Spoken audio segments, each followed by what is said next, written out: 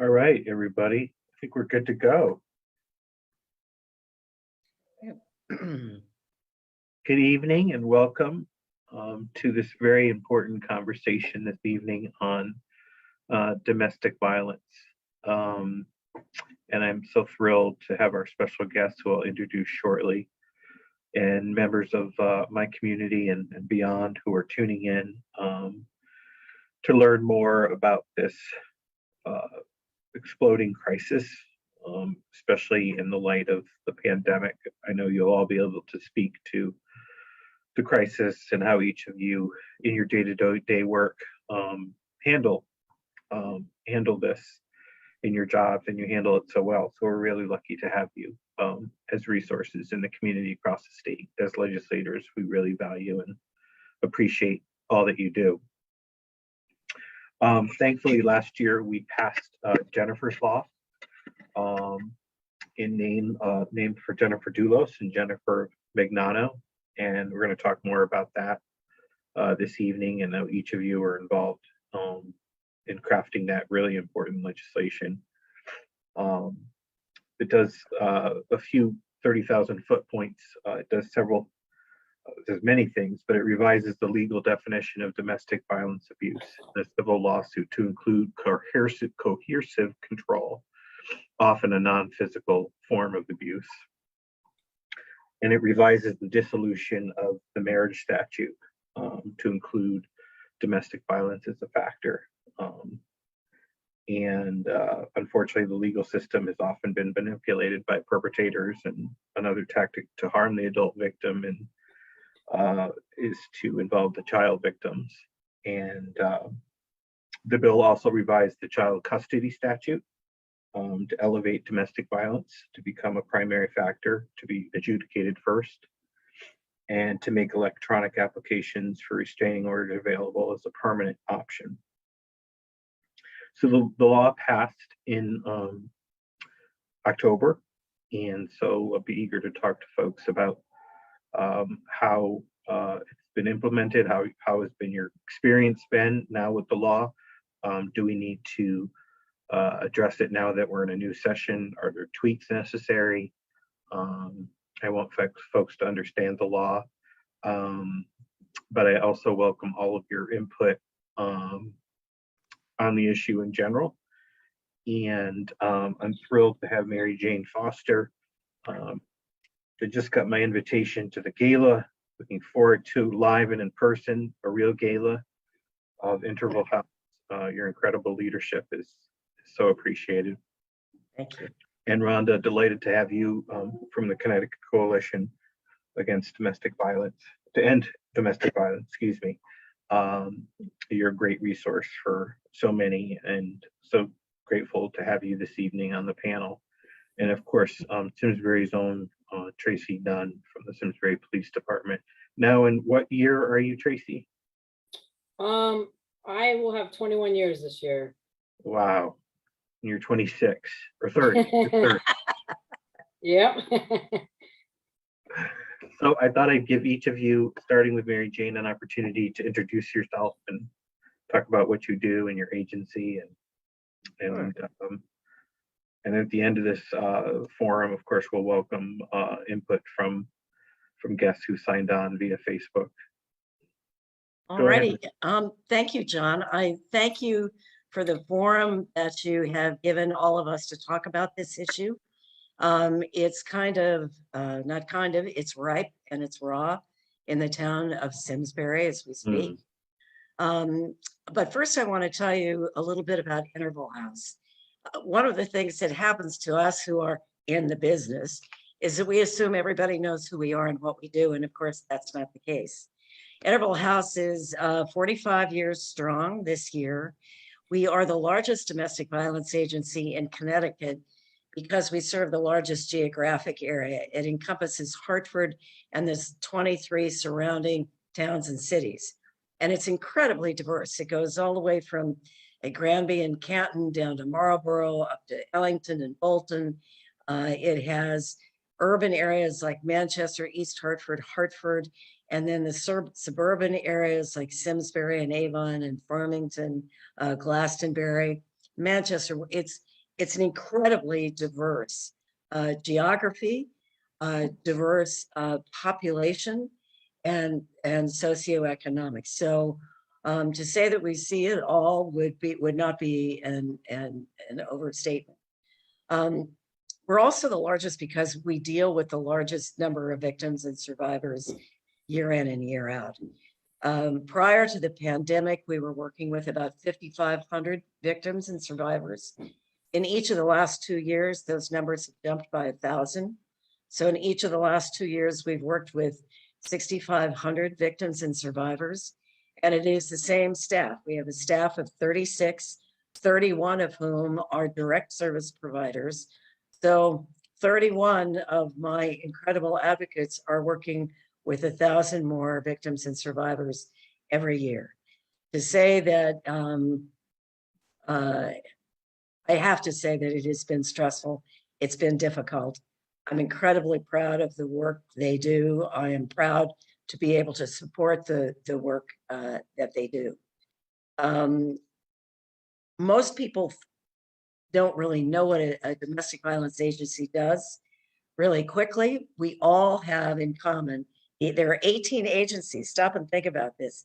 In this little tiny state of Connecticut, 169 towns, there are 18 agencies. We serve year in and year out between 35 and 40,000 victims, and those are just the reported cases.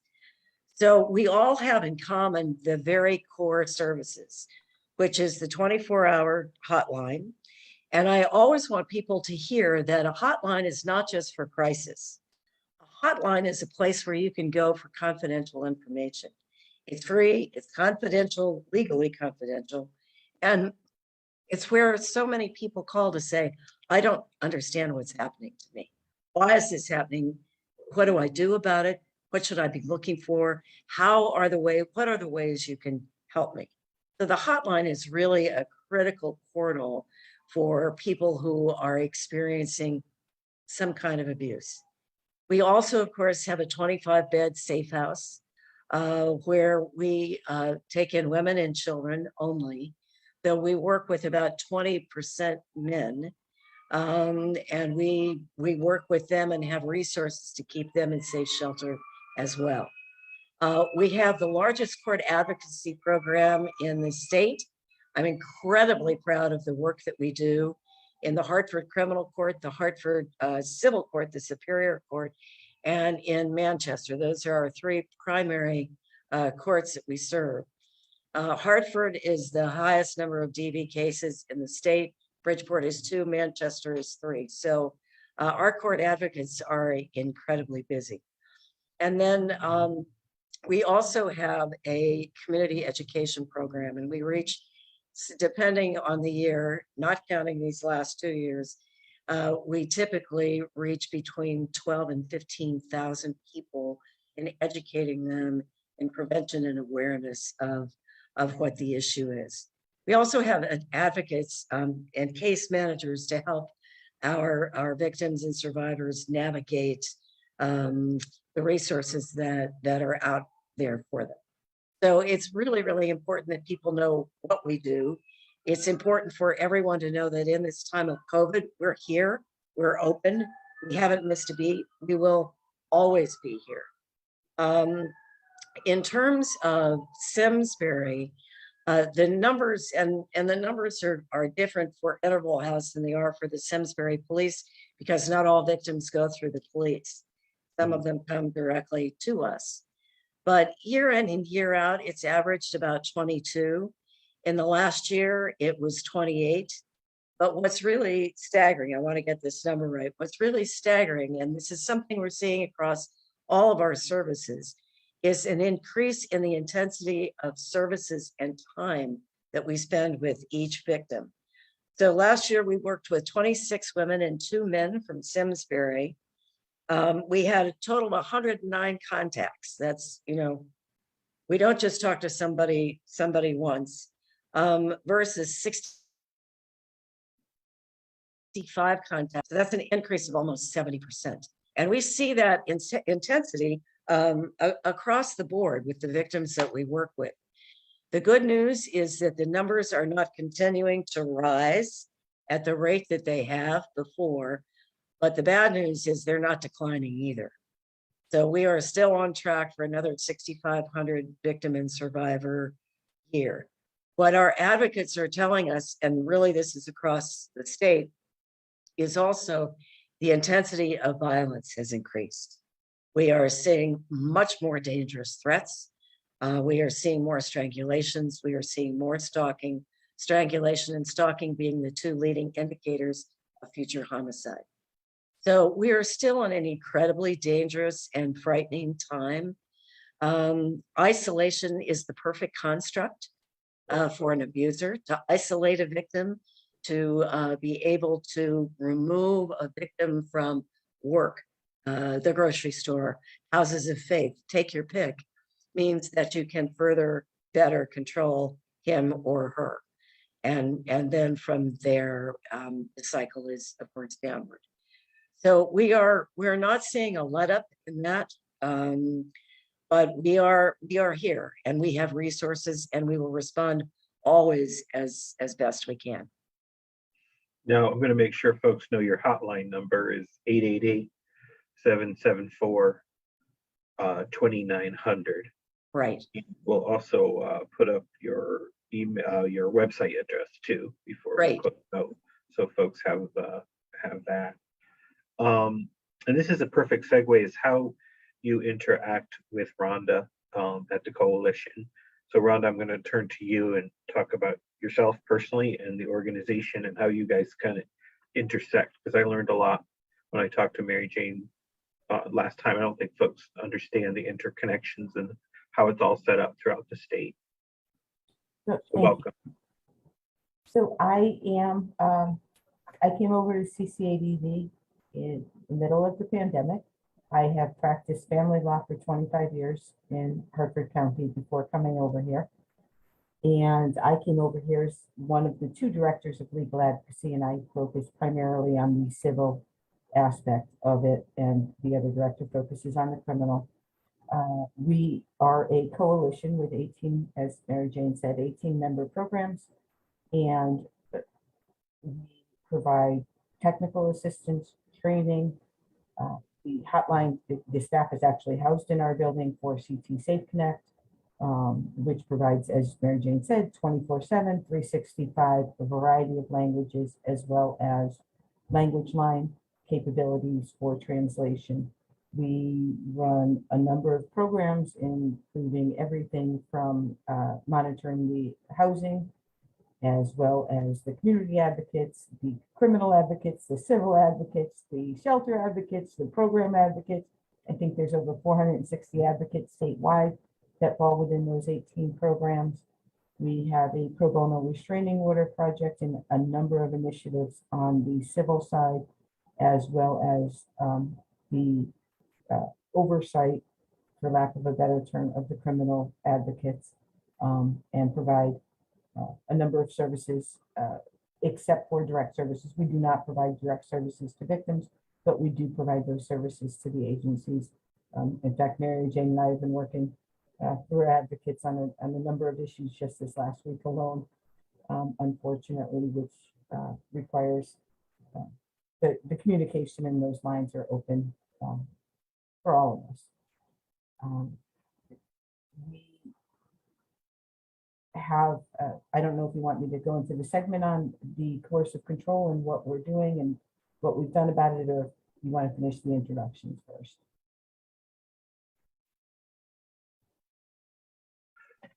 Yeah, we'll do introductions and come back to that for sure. So it's an extensive network you have across. It is.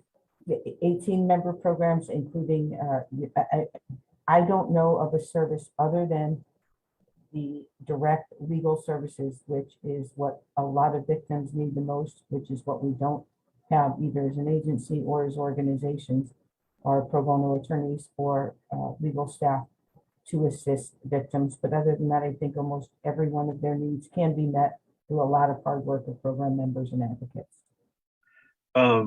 So there's really a pre-pandemic world for you and a post-pandemic world for you, and it's dramatically different. Well, for all of us, but for your business, for lack of a better word, you are at just the max, right? In terms of your, We are over the max. yeah, The program stayed open, shelters, we had hotel housing because of pandemic and related restrictions on spaces and volume. We have not closed, although our advocates may be working remotely and our programs may be working remotely. The pandemic did not stop the services that we provide. It may have hindered them, may have made it more difficult for us to get in touch with victims.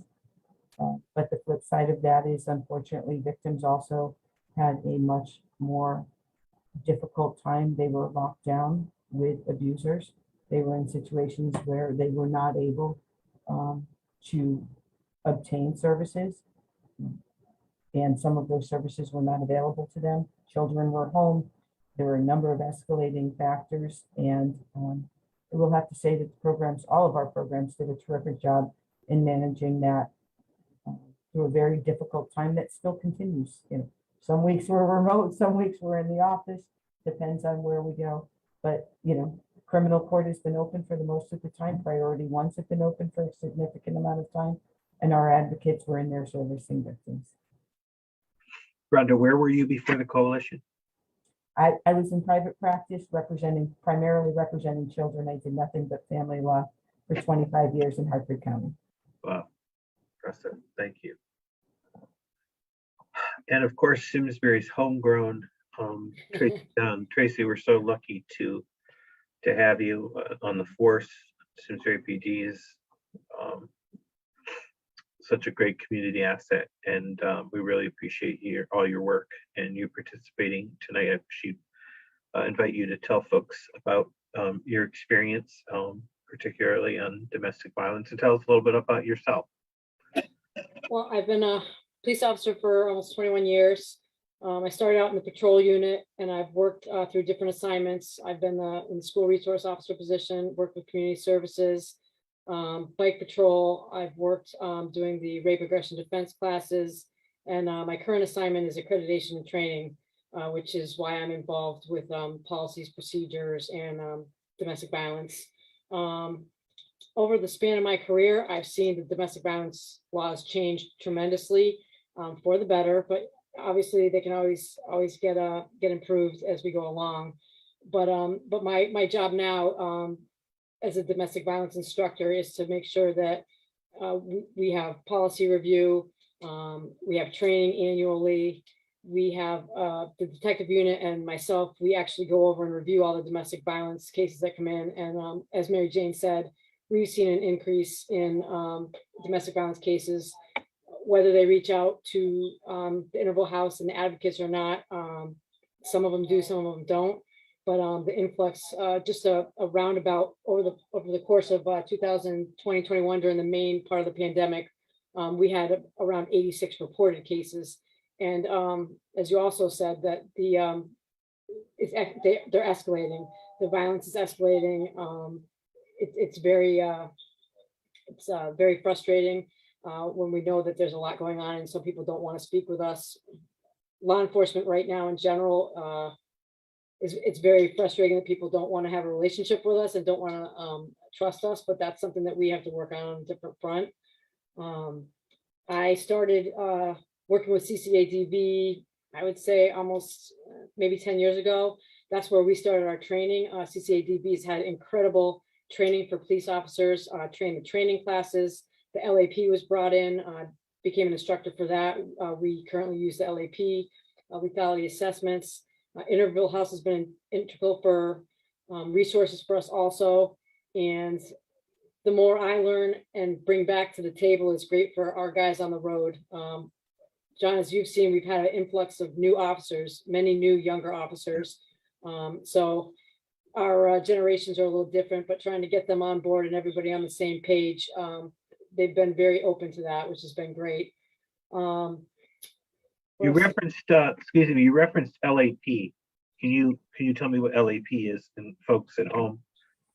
We started, it's a legality assessment program, and Okay. it started, we started, I don't know exactly how many years ago, but it was brought up by a study in Maryland to try Okay. to help officers and advocates better assist victims. And it was a great way to red flag cases on our side and work with the victims advocates on their side. And we use it frequently. There's a protocol to use it, but I always tell the guys and girls, if you feel in your gut that you want to do a lethality assessment, do it anyway, because I would rather provide every resource and give them every opportunity to be comfortable with us for their safety down the road. But that's a great program. I believe that all the Connecticut PDs are now using it. And we all have a state mandated policy, which is great. And we can only keep improving on that. So when a domestic violence call comes in, say it comes in tonight, and you're not on duty, how do you folks proceed? Everyone knows they follow the same procedures in responding to. I know we had an incident several weeks ago, sad incident, and what's the standard operating procedure for responding to a domestic violence call? Well, it always starts with a dispatcher. And like I said, the state protocol, our policy, being in accreditation, I've followed policies and procedures for the past 10 years. So we are very, very well ahead of the curve on a lot of our policies. Having somebody designated for accreditation, I can stay up on the updates and the policies. Like the latest stuff is the new public acts. But as for procedures, every one of our guys goes through the academy, and there's a very, very big section on domestic violence because it's a very critical, it's an important call for the victim, for the officers, and for everybody involved. So we all need to be on the same page, and we all have to be educated to what's going on. We always send at least a minimum of 2 officers. We get all the information. We try to build rapport right away, separate the 2 individuals, and conduct an investigation. Obviously, we always want to think about children in the house. We want to think about other people in the house, medical services if that's needed, and conduct an investigation like you would conduct any other call. But with domestic violence, you really want to make sure that you cover every single aspect in that policy. And that's why it's critical that we all get training in the academy. We have annual training here. We have a policy review every year here. On top of that, we have in-service training every year. And like I said, we stay above and beyond on the curve on that. But once we get there and we get everybody situated and separated, we conduct our investigation. And once we have our information, services provided, we go from there. So based on probable cause, we are initiated by the state. We make an arrest. It depends if we make a dual arrest. We also have the dominant aggressor in our policies and the statutes now. So it's a very important investigation that everybody needs to be on the same page. And with that, like we make sure we have all the proper paperwork and everything is done. And then we follow up, detective unit and myself, we review all the cases to make sure everything is done as required per policy, per state statute. And if there's anything missing or anything, we follow up right away with that. But that's just, when you respond to these calls, and like I said, the one that we've had recently, we also had one in 2012. It's very hard. You do not want to miss anything, and you want to make sure that you have everything provided. And like I said, the interval house and CCADV has been very important to us. We've actually I've had to use the shelter in the past, and they have been excellent. You call up, you ask what anything that you need, they're there for you. They explain everything to you, and that helps us explain it to the victim also. But based on our policies, like I said, we respond, get as much information as we can, conduct the investigation, provide the medical services, provide all the resources that we can do, and not leave that scene until we're comfortable that that scene is safe, that victim is safe, and that we have everything that we need for information if probable cause is established to make the arrest. So obviously most of the victims of domestic violence are women, and I know we could always use more women in the police force. Do you find the situations are better handled when you have a female police officer present? Do you, Not necessarily. The way we have, I mean, we have 39 officers. We have 6 females, but we're not always going to have a shift with a female on it. Yeah. So that's the important part about training and making sure that everybody's on the same page with training, because we all want to be able to provide the same excellent services at every single level. You want me to be biased? I being a female, sometimes we can build rapport quicker, and Yes. sometimes we can't. But it all depends. It all depends. As long as everybody goes in there with the same idea that we want to help the victim and we want to complete the investigation, everybody should be fine handling the calls. Most of our guys here are great at, you know, communication skills, and we haven't had any issues. We've never had any type of complaints again about anything that we've ever done about that. So.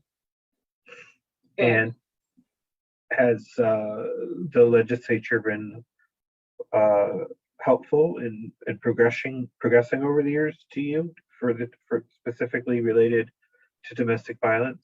Have we given you Absolutely. the right tools?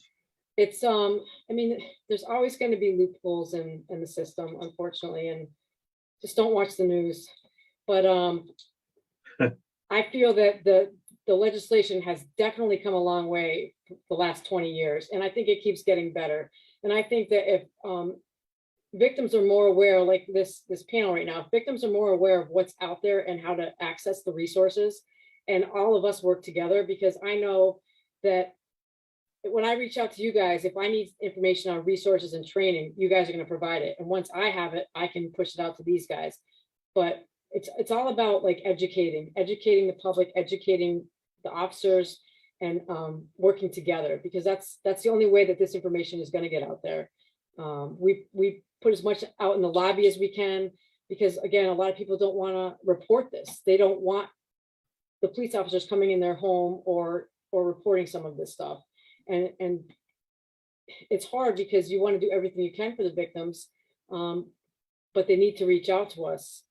And unfortunately, I think a lot of people too, we are mandated, we are initiated by the state to make an arrest if probable cause is developed. So if somebody comes in here seeking information, and they don't want to say something, it's hard to try to figure out how to provide these resources to these people.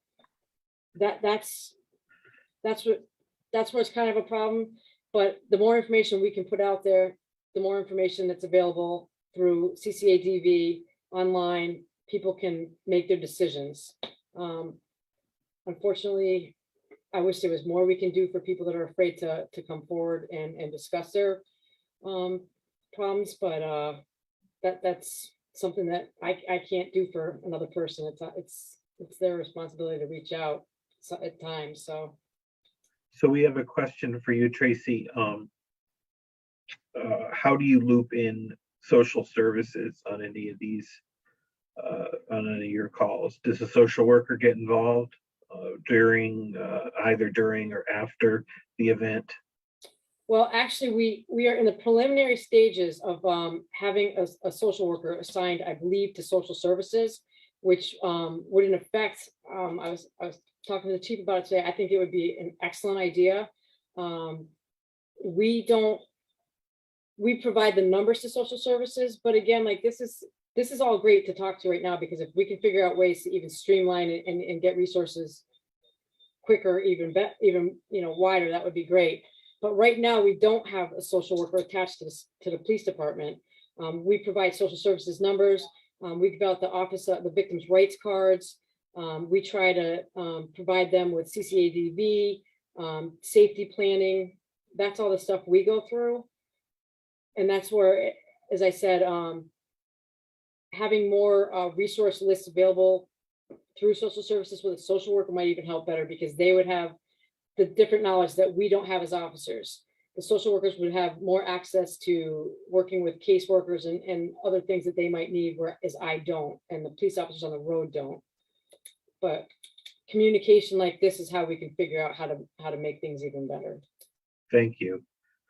I'm going to give this question to you, Mary Jane, about coercive control. What is it? if you could. The, explain to our folks. I am glad you asked that. I'm going to give my elevator speech about it and then ask Rhonda to jump in. But for me, coercive control is really at the very heart of domestic violence. There are so many of us imagine that intimate partner abuse or domestic violence is only about a physical act of violence. And there are many, many forms of intimate partner abuse. I believe that it starts with coercive control. You feel you are living your life walking on eggshells. If you feel like your options are limited or you have to make decisions only to please other people, you are living in an orb of coercive control. And very often that control begets the isolation, the diminution of self-esteem, and escalates into the financial, emotional, verbal, psychological, physical. So coercive control, in my view, my opinion, is at the very heart of what we call domestic violence. Connecticut is only the third state in the country to recognize this as a form of abuse. It is therefore complicated for us as we navigate the shoals of this brand new law. It only took effect, as you said, John, October 1st. So we are seeing our advocates in the Hartford courts are seeing family relations, the judicial branch, questioning, working with it, working through it. I give CCADV a tremendous amount of credit. They have literally trained hundreds of people in the judicial system on this matter.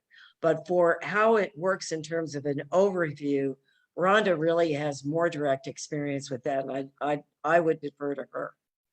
Great, thank you, Mary Jane. Rhonda. So, the Public Act 2178 actually does what we, boots on the ground, people that deal with victims every day, have known for years, unfortunately. It is about the abuse that doesn't leave bruises. So the Public Act actually created a definition of domestic violence that didn't exist in Connecticut before. And that definition actually was effective on July 1, I believe, of 2021. But that definition is now included in the statutory requirements for application for a restraining order, as well as other places. So anywhere it says domestic violence in the family law statutes now includes coercive control as a component of that. So coercive control is defined statutorily as a continuous, or domestic violence is defined as a continuous threat of present physical pain or physical injury, stalking, a pattern of stalking, or coercive control. And then coercive control is further defined as an including but not limited to provision, which is isolating the person from friends and family, relatives, or sources of support, depriving the person of basic necessities, controlling, monitoring the person's movements, communications, finances, economic resources, daily behavior, or access to services, compelling the person by force, threat, or intimidation to engage in conduct they have a right to engage in, or abstain from conduct that they have a right to pursue. It's committing or threatening to commit cruelty to animals to intimidate the person, forcing the person to do sexual acts, making threats of a sexual nature, including threats to commit sexual acts, threats based on a person's sexuality, or threats to release sexual images. In the domestic violence world, coercive control is not a new concept. Unfortunately, it has been seen and recognized way too many times for way too many years. Part of the question is, why are these behaviors now all of a sudden the basis for a restraining order? And that's alarming to people who may say, well, that's not physical violence, there's no bruise, that happens in our house. And the short answer is that no, it's not. The definition requires a pattern of behavior, not just a one-time event or one-time behavior, and it requires that the pattern of behavior unreasonably interfere with a person's free will and personal liberty. For example, if there's one person in a relationship does all of the banking and takes care of all of the financial obligations in the family, doesn't mean that's coercive control, because in a healthy relationship, one person handling the finances does not unreasonably interfere with the other person's free will and personal liberty. So the same behavior that is present in a healthy or an unhealthy relationship determines whether it is coercive control or not coercive control under the statutes. In drafting, the goal was to be as careful as possible with the definition in order to get and balance what was needed for victims with the foreseeable unintended consequences. Is it broad? Absolutely. Why? Because the spectrum of domestic violence, the forms of abuse, the harm suffered by victims is broad. Domestic violence, including coercive control, knows no economic, racial, ethnic, or religious boundaries. So neither can the statute, and it can't be that restricted that it only applies to certain groups of people to the exclusion of all victims, or as many victims as we can service. It was, as Mary Jane gave the dates, July and October of 2021.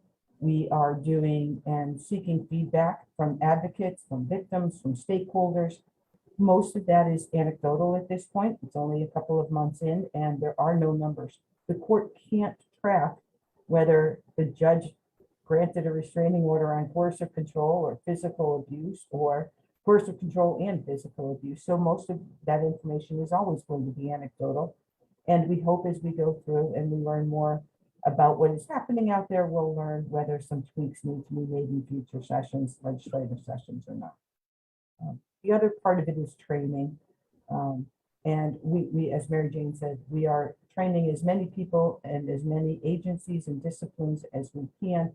But part of that is also training the public and society at large. We need to provide education to assist professionals and those involved with the systems that victims encounter, to develop an understanding of what domestic violence is and what it's not, and find ways to address and eliminate systemic biases and judgments that victims face every day in the system. It is difficult enough for them to come forward. We don't need to make it more difficult by creating a system or existing in a system that has any room for bias or discrimination. Thank you.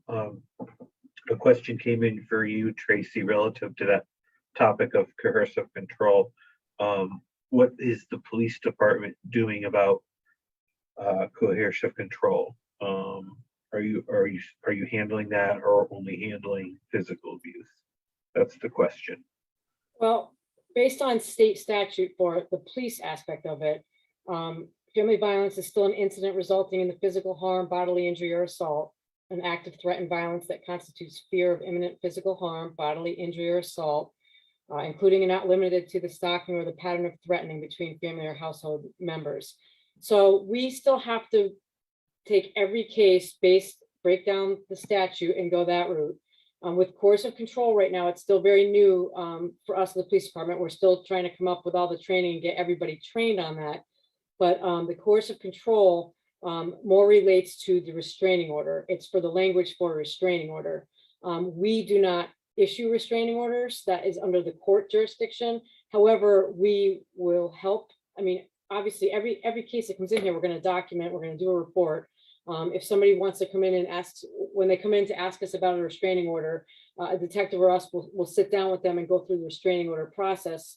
Now with the new PA, there should be a streamlined way of applying for restraining orders, which also will help. But in that case, once we do the report and help them do the restraining order, it's based on the court. It's the court to review and to issue the restraining order. We don't issue that restraining order. That's on the court side. But as Mary Jane said, yeah, coercive control, when we first are trained on this, it's the wheel of power. It's everything that all the signals and all the symptoms and everything that you read it all, and it's all in these cases.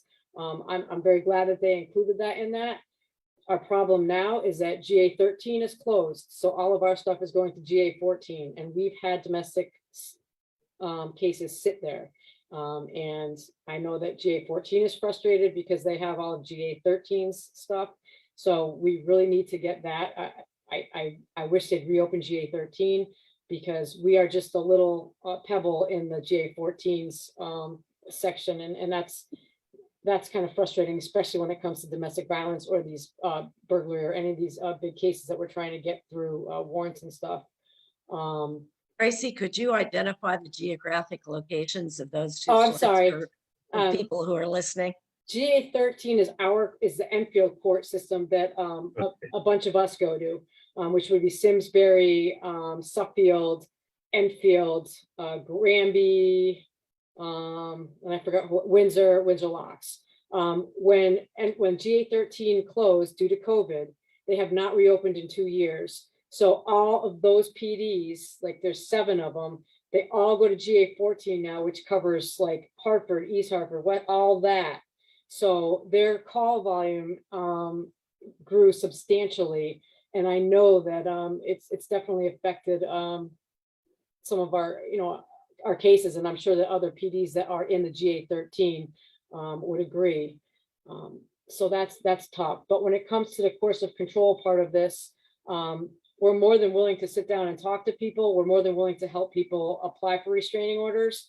And with that being said, hopefully GA 13, John, if you have any push, GA 13 could get reopened. That would be great. It would definitely help us out a little bit. Yeah. But we're still working on the course of control because people don't understand that yes, it's definitely part of domestic violence. It's definitely part of the family violence definition. However, in regards to the PA 2178, it has to do with the language for applying for a restraining order. Not necessarily for us being able to make an arrest on somebody that comes in with course of control. But as we know, everything that's documented, you can build the case. And if our officers articulate these cases enough, it's gonna help with the restraining order, and it's gonna help with the case, and it's gonna help the victim get the resources they need, bottom line. I know a lot of people are looking for arrests at times, but we try to find the best course of action based on, again, the police. We have to follow our statutes. We have to follow the way that our statutes and our policies read. And then the state's attorney and the court system helps us moving forward doing that part. And CCADV and Interval House help us. With all of us working together, we just want to find the best course of action for the victim. Well, Tracy, if you don't mind, John, to your point and to Rhonda's point, when an officer or an advocate works with a victim and you dive into details and you listen carefully, that's when you can begin to establish a pattern of behavior, which is what the statute, what the Public Act requires. It has to be a pattern of behavior. And you cannot identify that just in a casual way, particularly with coercive control. So it's about the story. It's about the whole story. It's about the fabric of the story. And that's why it's so important. We all communicate, and we all train, and we all work on this because it is there, it is present. We just have to learn how to communicate it as best we can. And as Tracy said, coercive control is not a criminal charge in the state of Connecticut. And there are a number of reasons. I believe that California was the first jurisdiction that included it as criminal charge. And there are foreign jurisdictions that have coercive control or components of it as part of their criminal charges, which is not what's going on in Connecticut.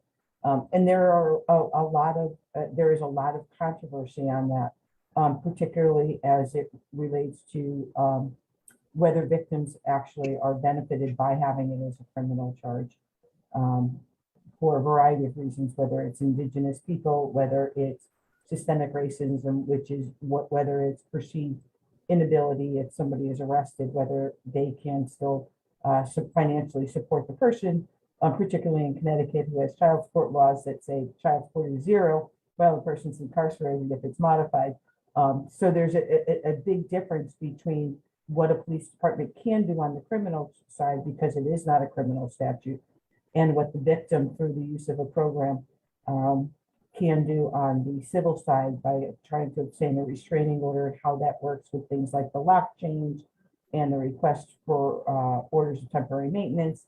And I think it's clear from this forum that we don't work in silos.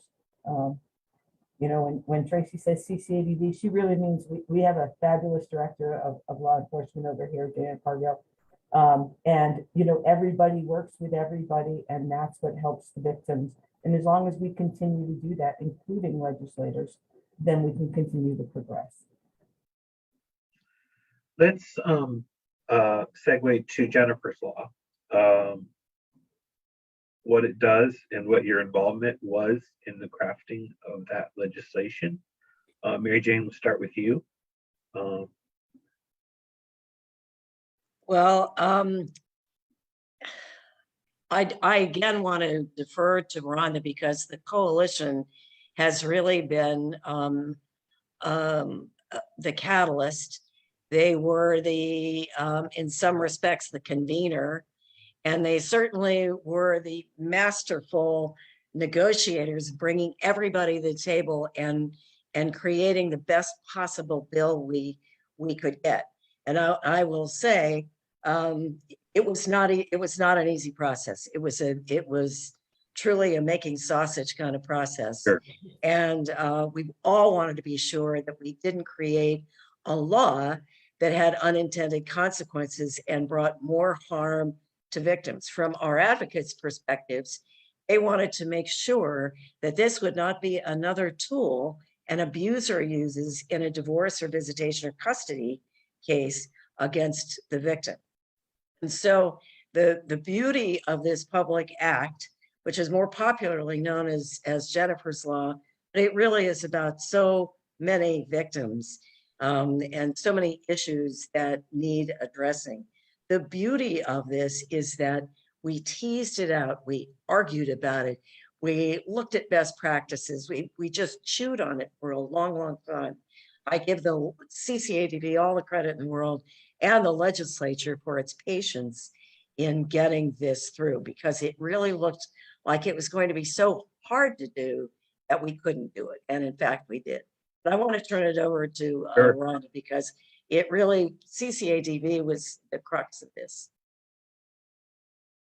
And I think that Mary Jane, thank you, it stated exactly what the intention was. It was to provide a resource or a tool for victims to use, that we, who are boots on the ground, working with domestic violence victims every day, saw for years as an issue that wasn't being addressed in either the criminal or the family law statutes. Physical violence is not the most common tactic used in an abusive relationship. It's isolation, intimidation, and fear. Those are the tools that most abusers use to keep their victims trapped and dependent.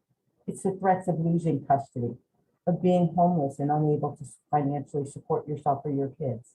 It's the fear of having your sexual images shared on social media, the fear of seeking help because you're being tracked or monitored on your phone, and your abuser is going to know that you went to Interval House, or you went to the courthouse to get a restraining order, or you went to the police department to make a formal complaint. It's the fear of damage to your personal and professional reputation, whether you're going to be able to keep your job. Social media and technology abuse is just skyrocketing, and the things that are available to people to use is just astronomical. There are things I never even thought of that people are thinking of ways to control, track, and monitor. As far as most controllers, the threats don't even have to be real. They just have to be believed by the victim. If someone were to continuously threaten me personally that they were going to report me to ICE and that I'd be removed from the country and sent back to Italy or Ireland, and I would have to leave my children here, that would have little or no impact on me, because my fear of deportation is not a challenge that I face. On the other hand, if I was here on a work visa or applying for permanent residence or citizenship, or maybe even if I didn't have legal status, those threats have a significant impact on me, and forced me to remain in the abusive relationship. It wouldn't matter that whether I had legal status or whether the threats were something that could actually happen. It's the fear that it creates in the victim about the things that are most important to them, the survival, their children, supporting their children and their children's safety, that prohibit the victim from leaving and forcing them to stay in the relationship. The coercive control language recognizes those things and allows some form of protection through a restraining order, which will offer the victim a certain level of protection. It's a piece of paper in a lot of cases, but there are other things that can be used with it. The lock change provision. It's one thing for the judge to say, don't go near the victim's house. It's another thing for the victim to be able to change the locks on the house so the offender can't enter the home, rented home as a landlord or tenant. Using the request for orders of maintenance to get some temporary financial relief, or get immigration documents returned, or get insurances to continue. It's a process, just like we don't work in silos, the statutes don't work in silos, and they need to work with each other. And that was the intent behind the drafting, was to make sure that it was another tool. It's not a magic wand. It's not going to fix everything for everybody, but it is a tool for abusers, for victims to use to leave relationships so that they don't have to remain in there because the law doesn't recognize them. So the law, the process was led by Senator now Kasser, was the chief proponent, correct? With, I think she was working with Joan Meyer and Daniel Pollack. Is that correct? There were a number of legislators involved on different levels, and ultimately, as Mary Jane said, it was everybody comes to the table. And I don't think that anybody ended up with exactly what they were looking for when they came in, but I understand that that's probably pretty typical of most legislation. And if it's not, let me know who has gotten what they wanted from the get-go, because I want to work with them. Tracy, so you were involved in the process. Did you testify or participate in the process? No, I wasn't part of the crafting, unfortunately. I would have liked to have been, but yeah. But I definitely I like where it's going, and I like the ideas in it. I've actually recently had a domestic where the immigration status was used as a threat against one of the victims. And it was nice to know that I had options to help the victim fill out the paperwork for that. Also, with the only concern I have about the lock is to make sure that everything is clarified for the civil part about if their names are both on the house or something like that. That's where my only concern is for sticky grounds. As a police, on a police response, if we had to go to a house with the perpetrator saying that he has rights to the house and the locks were changed, and if their names are both on the house, that's the only thing that I would have a concern with, something that I would want clarified, because we know that as the perps get more escalated, something like that, when we're called to the scene, what are our rights going to be to tell the guy, even though his name is on it, that's going to be a little bit of a civil issue. But I think that it's great that we're coming up with all these things. A lot of people, a lot of these perps think that they're so smart and thinking of all these things, but luckily we're all together working together and realizing that they're using this against their victims. So we can only keep moving forward. How, go ahead, Rhonda. No, I just want to be clear that, so the lock change is a landlord tenant, they have to have an order of protection, whether it's a protective order, criminal standing protective order, civil protective order, or restraining order, and that order has to have either a stay away or from the victim order or a stay away from the home of the victim order. Then the victim has to go to the landlord. The landlord, I mean, there's this whole process that goes, that has to go through. And I recognize that there are probably going to be challenges with some of those things. And I think that is one of them that you mentioned. I think the flip side of that we're hearing about on the victim side is that the landlord won't change the locks, and they don't know what to do because they don't know what, if they call the police departments, they can't really do anything because it isn't a criminal. It's based on the restraining order and the landlord, which is really where the interaction comes on the lock change provision. What were the obstacles in the legislature? What were the naysayers saying? And what were some of the bumps you hit in trying to get, as you mentioned, it's making sausage, and we're all familiar with the process that can be difficult and convoluted and go through all these different iterations, and that there's always other other folks on who have their own opinions. What were some of the misunderstandings about it, or obstacles you faced in helping get this law passed? I think some of it was the different interests of the different parties that came forward. There was some interest in trying to make it very inclusive, and including it in the alimony statutes, including it in the child custody statutes, and an expansion of the role of the GAL, or the limitations of the role of the GAL. And of course, that is not necessarily something that CCADV, as a domestic violence organization and supported victims of domestic violence, was looking at as a primary factor. We were looking at the coercive control and covering the areas that we felt we know are domestic violence, but weren't included in the statute.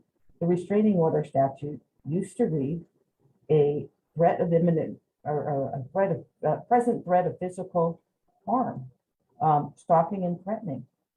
What about all of the coercive control behaviors?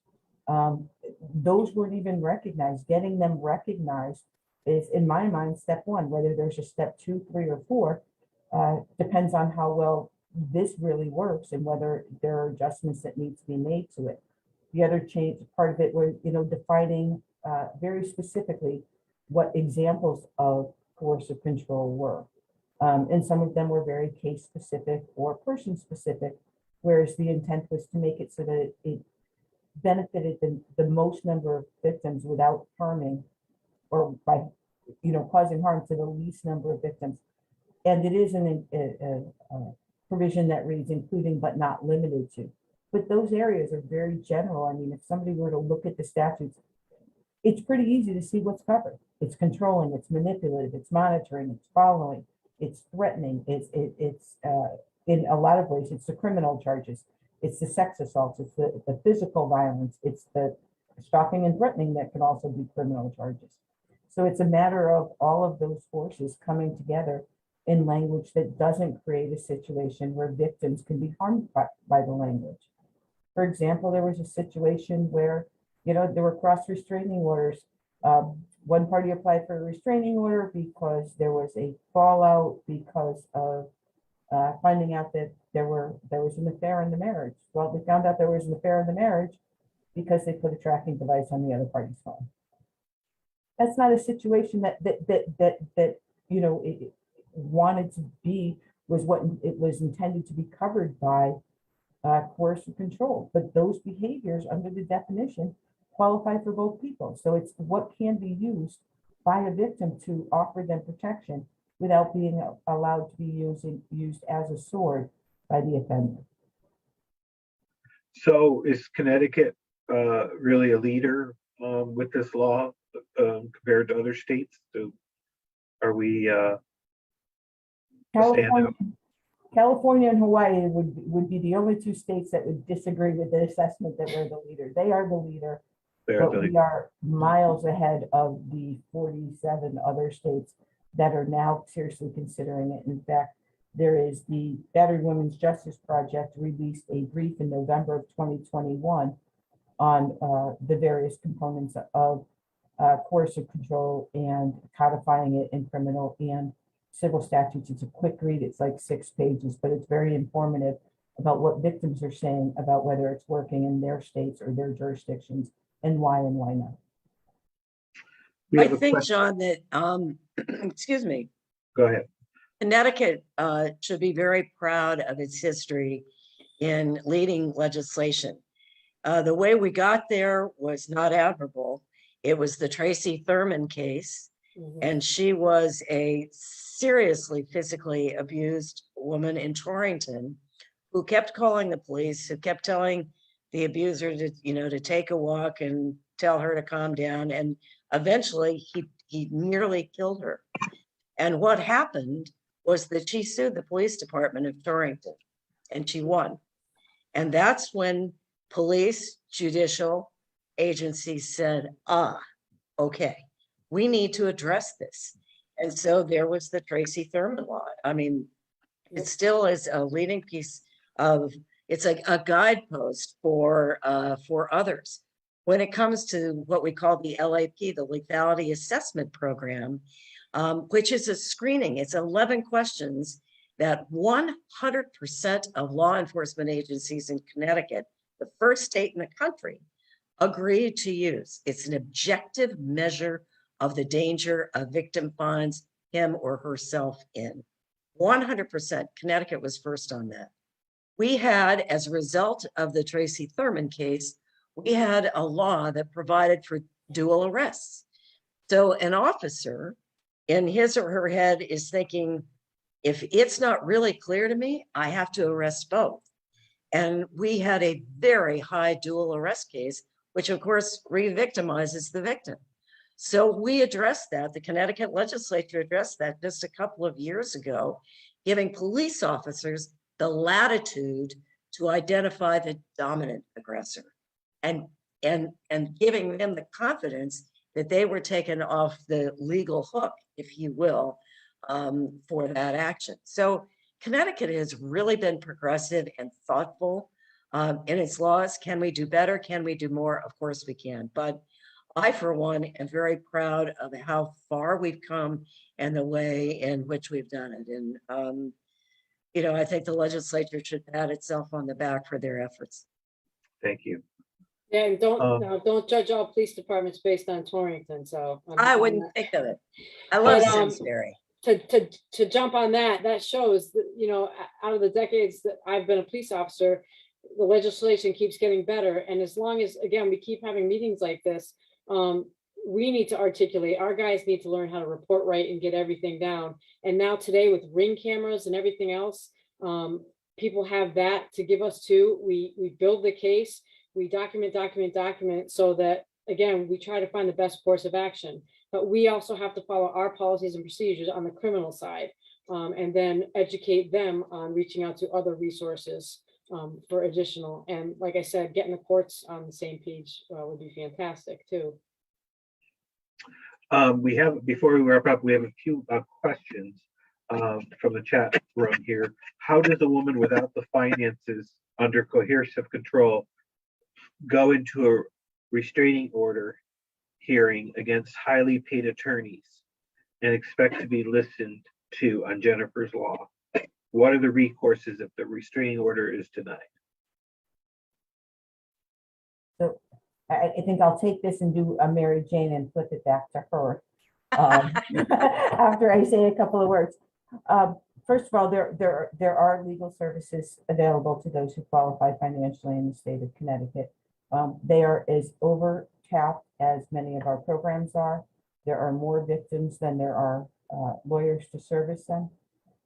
We do have some programs for representation, pro bono representation in some jurisdictions on restraining orders. Public Act 2178 also created a grant for a restraining order program to operate in 5 jurisdictions, or the jurisdictions with the highest volume of restraining orders coming in. It is income sensitive, and it is not up and running as far as I know right now, but they have the application and bid process, I believe, has started. So that should be up and running, working with a program. Programs don't have attorneys, which is, I think I started the discussion on the fact that that would be the biggest asset to a victim, would be to have representation. But it's the one thing that we're lacking because of cost in not only CCADV, but also in every one of our member programs. But the programs do have resources for consults, and they've created those relationships, just like they have with the police departments, with lawyers in their area, that they can at least hopefully get consults and some information to victims and how to process that. But further than that, I will turn it over to Mary Jane. Okay, thank you. Interval House has a very solid relationship with Hartford Legal Aid, Greater Hartford Legal Aid. We have a small group, it's never big enough, of pro bono attorneys that will work with us. But I want to emphasize to folks who are listening, the advocates that work in both civil and criminal, but here I'm speaking civil, for restraining orders are highly skilled. And working with them to craft your narrative, and it's your narrative, it's not the advocates. An advocate cannot write an application, but together, working together, you can present the best case. And an advocate, this is how I got my start. I was a volunteer helping people in civil court get restraining orders. And I got sufficiently frustrated by what I could not do that I went to law school and became a lawyer. I'll show them, I said. So I have a particular fondness for this process because it's an art. It is an art to create the narrative that is compelling and convincing. And that's what advocates do so brilliantly. They can pull from a victim, from a survivor, the necessary facts and information that supports a successful restraining order. So even if you do not have an attorney, do not underestimate the quality of the advocacy work that is absolutely free. We also, we've had clients who have had abusers who have been highly manipulative and gone back to court over and over and over again, which was actually one of the catalysts for the Public Act. And we have been with them side by side with them on all of those motions and all of those issues. So my advocates are not lawyers, but they are incredibly skilled and helpful and can be there for a victim who doesn't have any resources or who doesn't yet have resources to access legal help. Thank you, Mary Jane. For all of you, what, we're in a new legislative session, short session. What can the legislature do to further support you? Is there any tweaks we need to do to Jennifer's law? How can we position ourselves best to help you do the incredible things you do?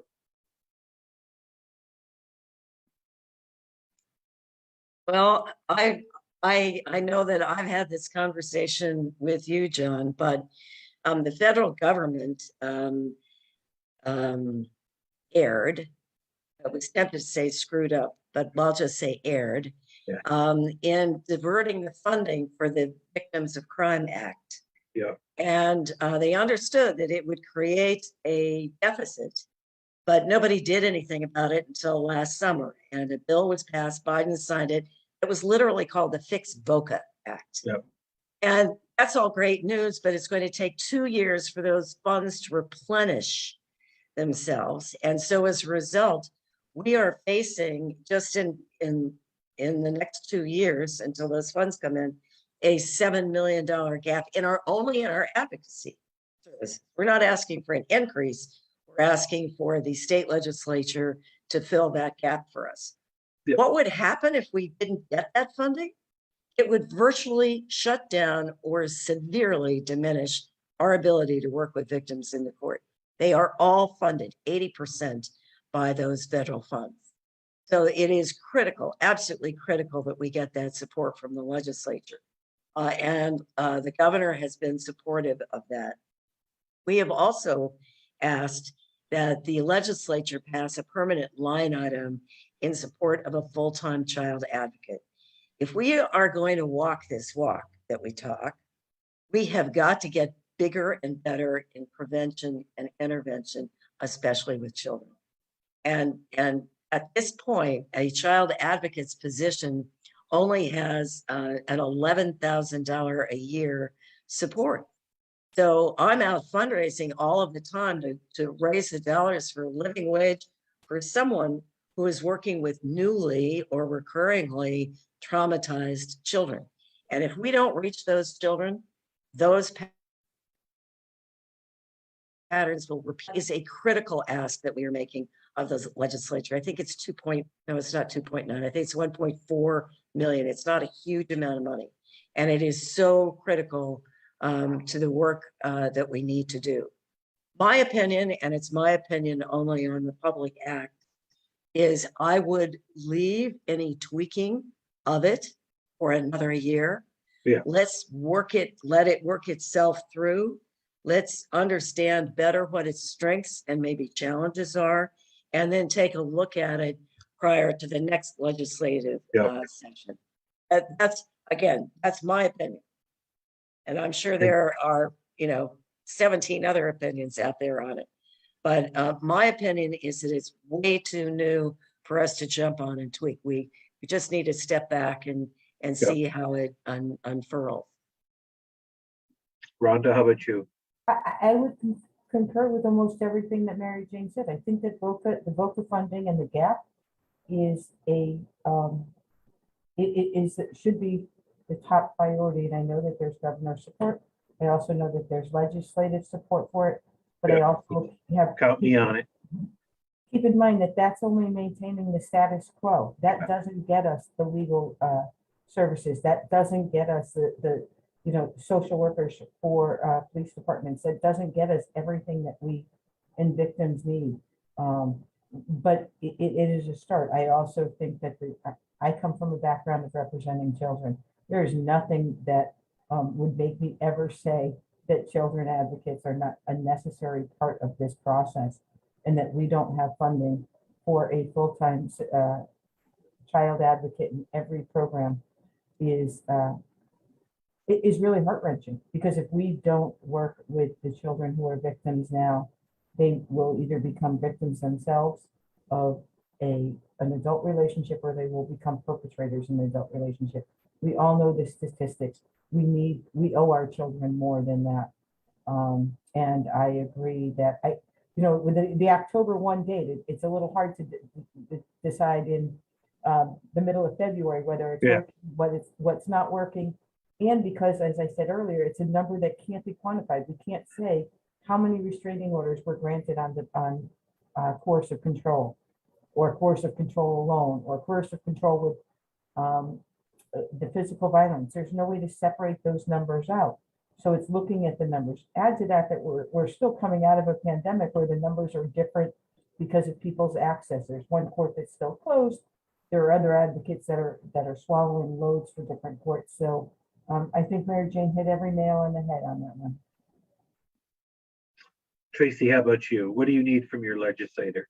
Well, I'm going to jump on the child advocate. I think that is definitely a need. I remember I also do, I'm a crisis intervention training officer, so I deal with the mental health aspect of calls also.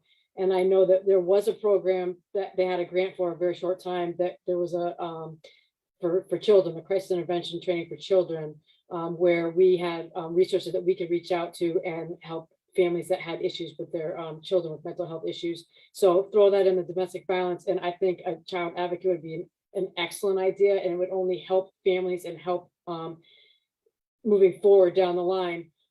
As far as the Jennifer's Law, I think, again, we do have to wait. We do have to see how it pans out. It would be fantastic for us to have a social worker that we could work with, that could be the liaison between Interval House, CCADV, us, so that people can understand that we do the criminal aspect of it, but we are going to do everything we can to get you the right resources and on the right track. We will help you get the restraining order, to apply for the restraining order, find the people that will help you write the restraining order. But they just need to know that we don't authorize this restraining order. That's not us. That's the court. And if you could get GA 13 open again too, that would be fantastic. But as far as these laws, every year it gets a little better. Every year we tweak these things, and it's helping victims. And in 20 years, to say that to feel that I've helped enough people, just based on what I've done here moving forward, I hope I can say the same, in 5-10 years. But this is only getting better. And now that people are actually really taking an interest in how to get out of these relationships and actually come forward and ask for help, the more that they know about how it works is going to help everybody. It's going to help every one of us here. I think this was a fantastic idea, and the child advocate, a social worker to work with us, and to really kind of work with everybody moving forward. I think this is great laws moving forward. Well, things are only getting better because of the work of Interval House and the Coalition to End Domestic Violence, and work of Tracy, yourself, and law enforcement officials, and so many folks. We legislators are here to, and you can count on this legislator support, are here to be better educated and informed and best advocate for you and ultimately our constituents on this critical issue. And I've learned so much tonight from all of you, and I really appreciate all the hard work you do in service to our state on this really important issue. I can't thank you enough, and I want you to know how much your work is appreciated. And before I let you go, I want you to make sure that we have your, Mary Jane, your email, website. We gave your hotline number. How do people get to your website? The website, and this is really important to remember, is Interval, INTERVAL, intervalhousect.org. Believe it or not, there are 3 interval houses. Okay. Interval House Canada, Interval House California, and Interval House Connecticut. So it's got to be intervalhousect.org in order to find us. I was actually on LinkedIn, gosh, about a month ago, and there was someone who was saying she worked for Interval House. And I said, I'm going to find out who she is. She does not. She works for Interval House in Canada. So, remember Interval House CT. It's a very thorough website where you can gain a lot of information. I would be remiss if I didn't put in a plug for 2 events we're having. Next week, we are in partnership with the World Affairs Council presenting a panel discussion on global femicide. Women all over the world are being murdered because they are women. And we have the United Nations point person, Reem Al-Salem, to talk about that, as well as the Senior Public Policy Advisor for the National Network to End Domestic Violence.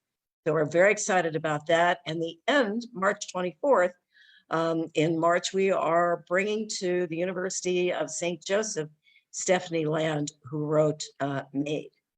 And that is about the intersection, really, of domestic violence and poverty.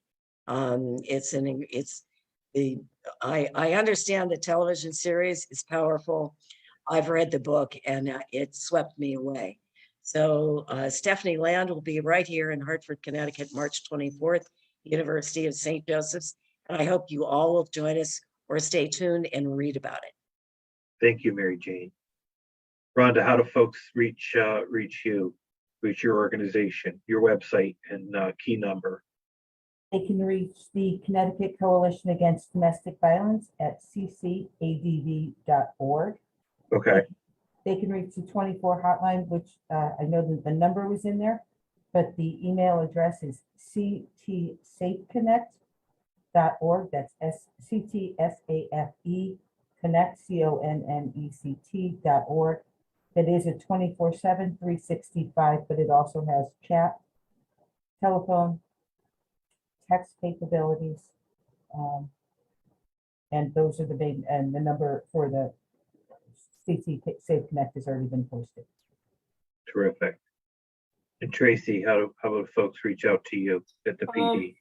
I can put my address up here. Otherwise, we have information on the town website under the government, under the police department website. There's domestic violence resources and other resources available in town.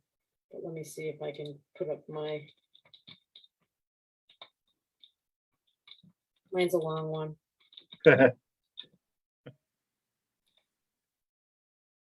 That's my email here at the PD.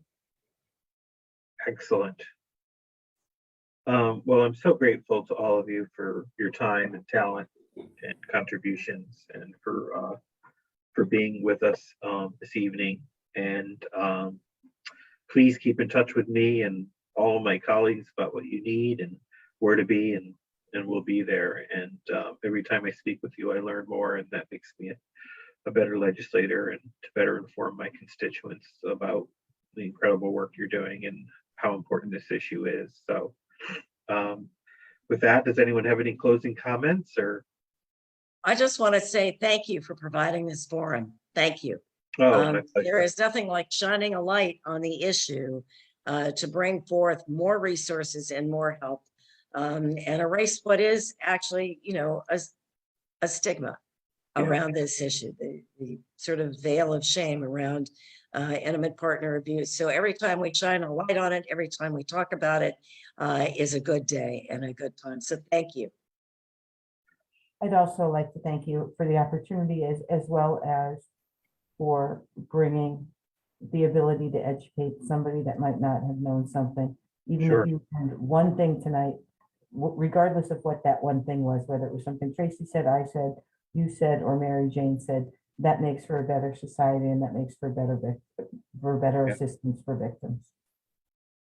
Tracy. Well, I'd like to thank you all also. It's very nice meeting both of you, and I thank you for everything you've done for me over my years of service, and also the fact that the three of us give the different aspects of what goes on in these investigations and these cases is great for people to hear that this is how it all works. So I appreciate that.